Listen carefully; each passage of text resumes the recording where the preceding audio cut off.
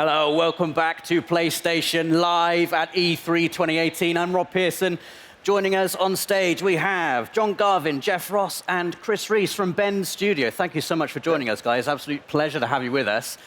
Also on the sofa, we've got Ramon Russell, and we have got playable Days Gone. The first thing I want to ask you is the Pacific Northwest. Why did you choose that as a setting? Dude, it's really not, it's more about the high desert than the Pacific Northwest. So for those of you who don't know, Eastern Oregon, which is like 90% of the state, is high desert, and that really means extreme weather, extreme terrain, and a lot of variety, density in a very, very small space. Fantastic. Can we have a little play of the game here? Have we got it going? Just a little bit of loading.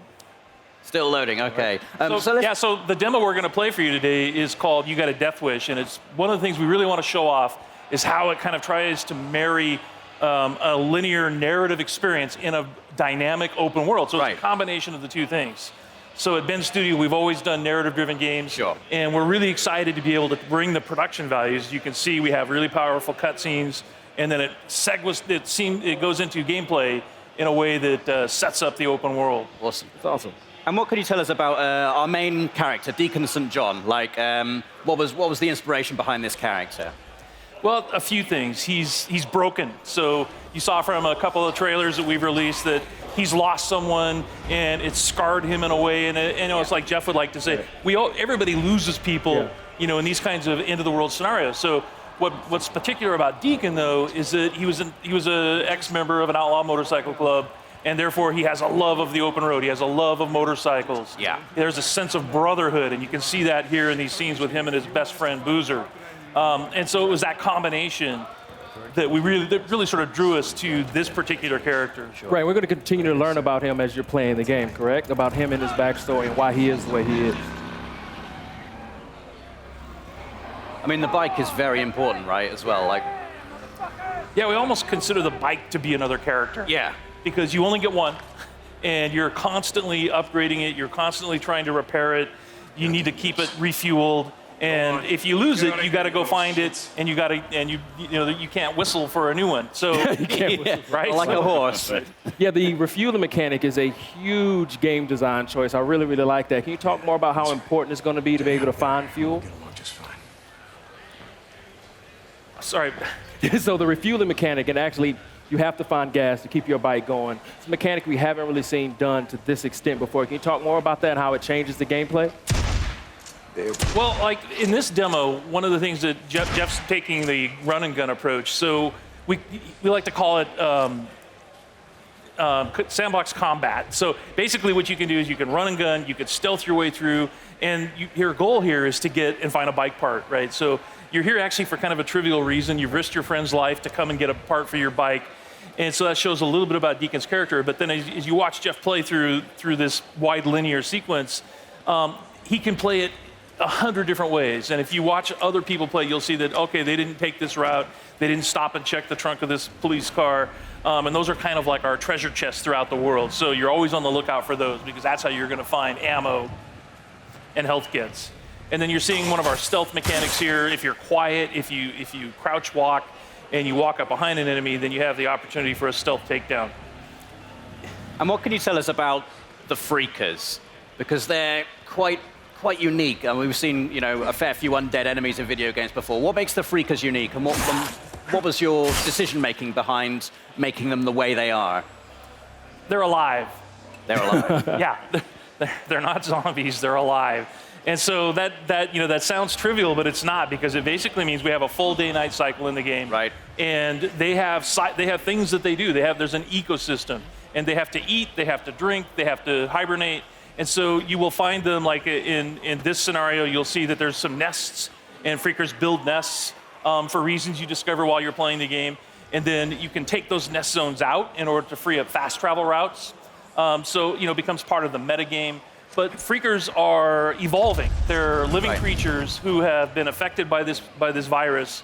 And there's several different types. And some of our trailers you've seen, we've shown the Screamer, which is a female that can have sort of alarm system that will bring in more Freakers. We have the infected bear, so it infects animals. In our last trailer, we showed Mountain crows, lion and the crows. right? So you have so so it's just it's a wide variety of challenges for the player. And like we said, the world comes for you, and that's part of it. Is that these creatures are always after you, and at night they're stronger. Yeah. If it starts raining, they become stronger. But I've seen in previous trailers Deacon actually utilizing the Freakers as a weapon against his enemy as well. So you can actually use them to your advantage as well as the environment itself. Yeah, absolutely. We call it the Freakosystem. So in this scenario, there's not a lot of chance for that, but if he were fighting Marauders or Rippers, Right. then he could find a nearby swarm. It's an open world, so you can just explore. You can find other tools like a swarm or a Freaker bear, and you can bring them into an enemy Right. camp and watch the sort of mayhem that happens. I guess you've got to be careful, though. You don't get kind of sucked into it. Yeah. I like this gun, you guys. So you have melee combat and you have gun combat. Can you talk about how you designed and balanced for both? It's like so many different scenarios require the player to determine how they want to play it, right? So that's why we have like this full set of stealth mechanics. We have a full set of weapons that you can upgrade, and in order to do that, you have to go to the human encampment. So there's survivor encampments in the world, the only places in the world where it's safe, and you have to do jobs and missions with them in order to earn trust. And then once you earn trust, the merchants there will sell you them. Ah, I like that. And then it's like, and if you want to upgrade your shotgun, or you want to buy a silencer for it, then you have to have enough trust at that encampment in order to do that. Boozer, you there? I found the part. I'm heading Got the bike part. Rippers! Rippers! No, ah! Shit! He's not having a good time. This is the inside of the Crazy Willie's truck stop, and that's one of the other things we wanted to point out is that it's full open world, but there's a lot of exploration in the game. All of the building interiors are accessible. There's no load times to get in and outside of a building or to go between regions. This is in the Belknap Wilderness, and the whole area is just completely explorable. And then these are the Rippers that I mentioned earlier. So these are one of the cults in the game. Tats are dead symbols of a dead man.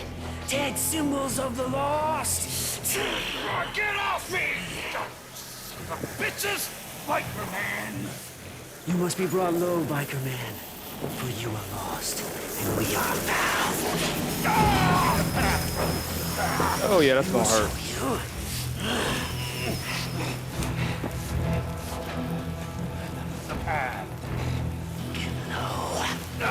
Get low! Low! So you can see they're not very friendly. You've talked about having freedom in terms of how you approach missions. So you can approach them stealthily. You can go in all guns blazing if you want to. What kind of freedom do you have in terms of the mission structure, in terms of the story? Do you get to make story choices in the game, or is it like sort of like a linear narrative path you're going to be taking?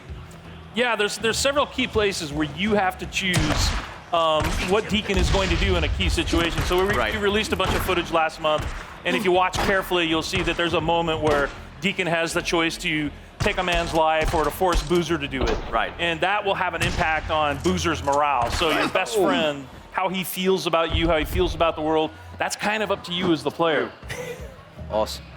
Did you just die? Yeah, Hey, he we died. just wanted to prove that that was our scripted. You're keeping it real? Is that really what just happened? We wanted to prove that it was real.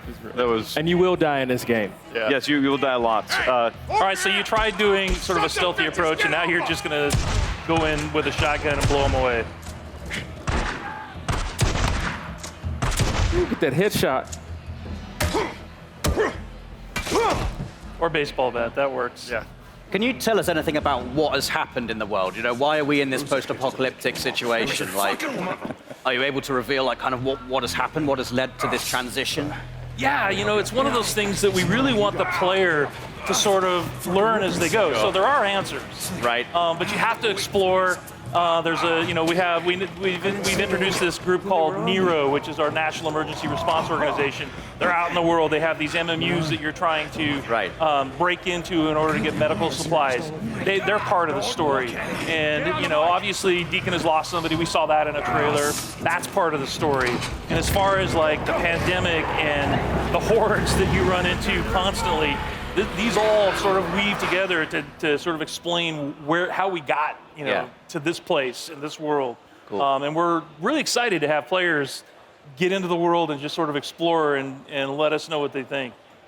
I mean, it's looking fantastic. I can't wait to just get around on the bike. The bike looks like really, really cool. Like, how far can you upgrade the bike? How far does it go? Like, I couldn't hear. Sorry. How far can you upgrade the bike? How many parts do you think there are? Oh, there's at least 20 categories of things you can upgrade. Nice. They're all functional, plus all kinds of ways to tweak it visually. From a paint job to a custom skin theme, and all kinds of just visual, actual hardware upgrades. But a ton. You can really make it your own. awesome.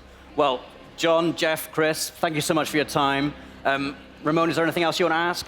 Days Gone. We also got a release date. Yes, it Yeah. does. February did. 22nd, 2019. Fantastic. Yeah, we're Feb- really excited. Yep.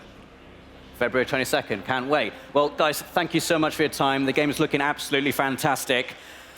We have got a lot more coming up from PlayStation Live at E3. We've got an incredible lineup of games to show you, so please stay with us. We'll be back right soon.